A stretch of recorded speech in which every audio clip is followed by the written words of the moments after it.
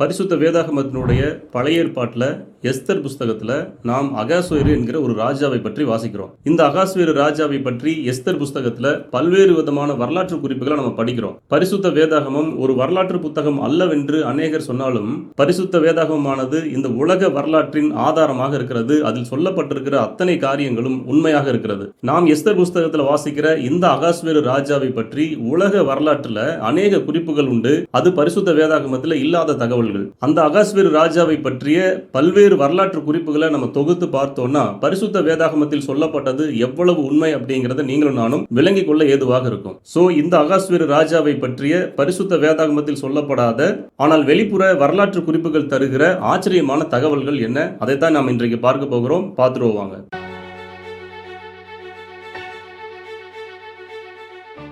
சுமார் 127 நாடுகளை அரசாண்ட பாரசீக ராஜா தான் அகாஸ்வேரு ராஜா. இவர் எஸ்தர் புஸ்தகத்தில் 1ஆம் வசனத்திலிருந்தே குறிப்பிடப்படுகிறார். அந்த 127 நாடுகளும் 127 மாகாணங்கள் என்று நாம் எடுத்துக்கொள்ள வேண்டும். அதுல குறிப்பா இந்து தேசம் முதல் எத்தியோப்பியா வரை அப்படின்னு நம்ம வாசிக்கிறோம். இந்து தேசம் என்பது இந்தியாவை குறிக்கிறது என்று அநேகருடைய கருத்து.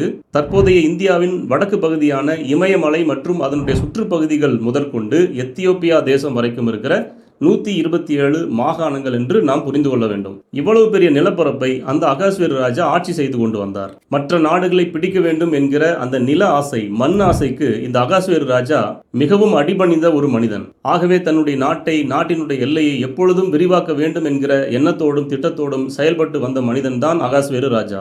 இந்த ராஜா ஏராளமான படை வீரர்களை கொண்டிருந்ததாக வரலாறு சொல்லுகிறது. அந்த படை வீரர்கள் மொத்தமாக அணிவகுத்து வருவதற்கே ஒரு வாரம் ஆகும் என்று சொல்லப்படுகிறது. இன்றைய ஆசியாவுக்கும் ஐரோப்பாவுக்கும் நடுவே பாலம் அமைக்க சொன்னது அகாஸ்வேரு ராஜா என்று வரலாற்று குறிப்பு உண்டு. காரணம், தன்னுடைய எல்லை விரிவாக்க வேண்டும் என்கிற பேராசை. ஆனால் அந்த பாலம் சூறாவளி காற்றினால் இடிந்து போனதாகவும் வரலாற்று குறிப்பு சொல்லுகிறது.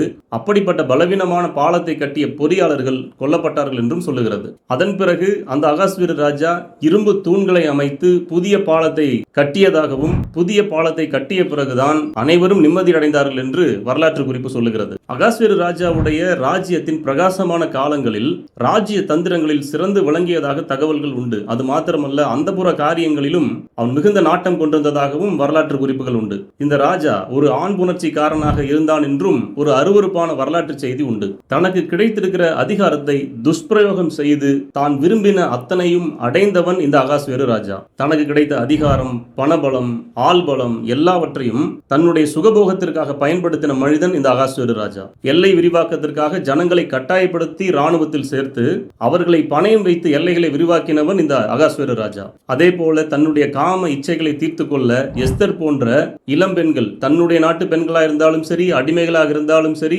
தனக்கு மனைவியாக்கி கொண்டு தன்னுடைய ஆசைகளை தீர்த்து கொண்டவன் அகாஸ்வேரு ராஜா என்று வரலாறு சொல்லுகிறது. எஸ்தர் என்கிற அழகான யூத பெண்ணை அடைவதற்காகவே வஸ்தியை மாற்றுவதற்கான திட்டத்தை வகுத்தவர் அகாஸ்வேரு ராஜா தான் என்று வரலாற்று குறிப்பு சொல்லுகிறது. இப்படி அநேக காரியங்களை செய்து அநேக பெண்களை தன்னுடைய வலையிலே விழ வைத்தவர் தான் அகாஸ்வேரு ராஜா என்பது மிகவும் மோசமான வரலாற்று குறிப்பு. இவைகளை தாண்டி அந்த ராஜா ஒரு கல்விமானாக, மிகவும் உயரமானவனாக, மிடுக்கும் கம்பீரமும் நிறைந்த ஒரு மனிதனாக, வேளாண்மையில் ஆர்வமுடைய ஒரு மனிதனாக, தன்னை மகிழ்விக்கிற அனைவருக்கும் தாராள குணத்தோடு அள்ளி கொடுப்பவனாக இருந்திருக்கிறார். பாரசீகத்தின் ராஜாக்களில் தலை சிறந்த ஒரு ராஜாவாக இருந்திருக்கிறார். இமயம் முதல் கிரேக்கம், எகிப்து வரை இவருடைய ராஜ்யம் விரிவடைந்திருந்தது. தன்னுடைய ஆற்றலால் குவித்து கொண்ட அத்தனை செல்வத்தையும் அதிகாரத்தையும் மற்றவர்களுக்கு வெளிக்காண்பித்து மகிழ்வடைகிறதில் இந்த ராஜா முதன்மையான ஒரு மனிதன். இப்படிப்பட்ட அகாஸ்வேரு ராஜாவுடைய வலைக்குள்ளே சிக்கிக் கொண்டவர் எஸ்தர் ராஜாத்தி என்பதுதான் குறிப்பிடத்தக்க விஷயம்.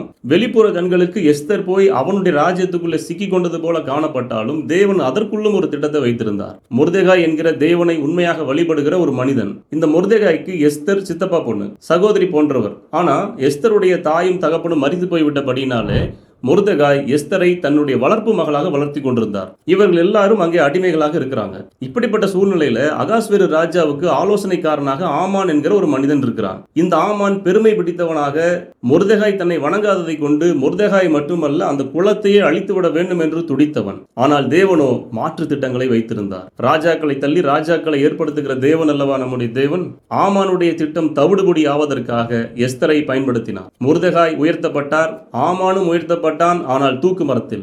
ஆமான் மட்டுமல்ல, ஆமானுடைய 10 குமாரர்களும் சேர்த்து தூக்கு மரத்திலே தூக்கப்பட்டார்கள். யூதருக்கு களிப்பும் மகிழ்ச்சியும் உண்டானது.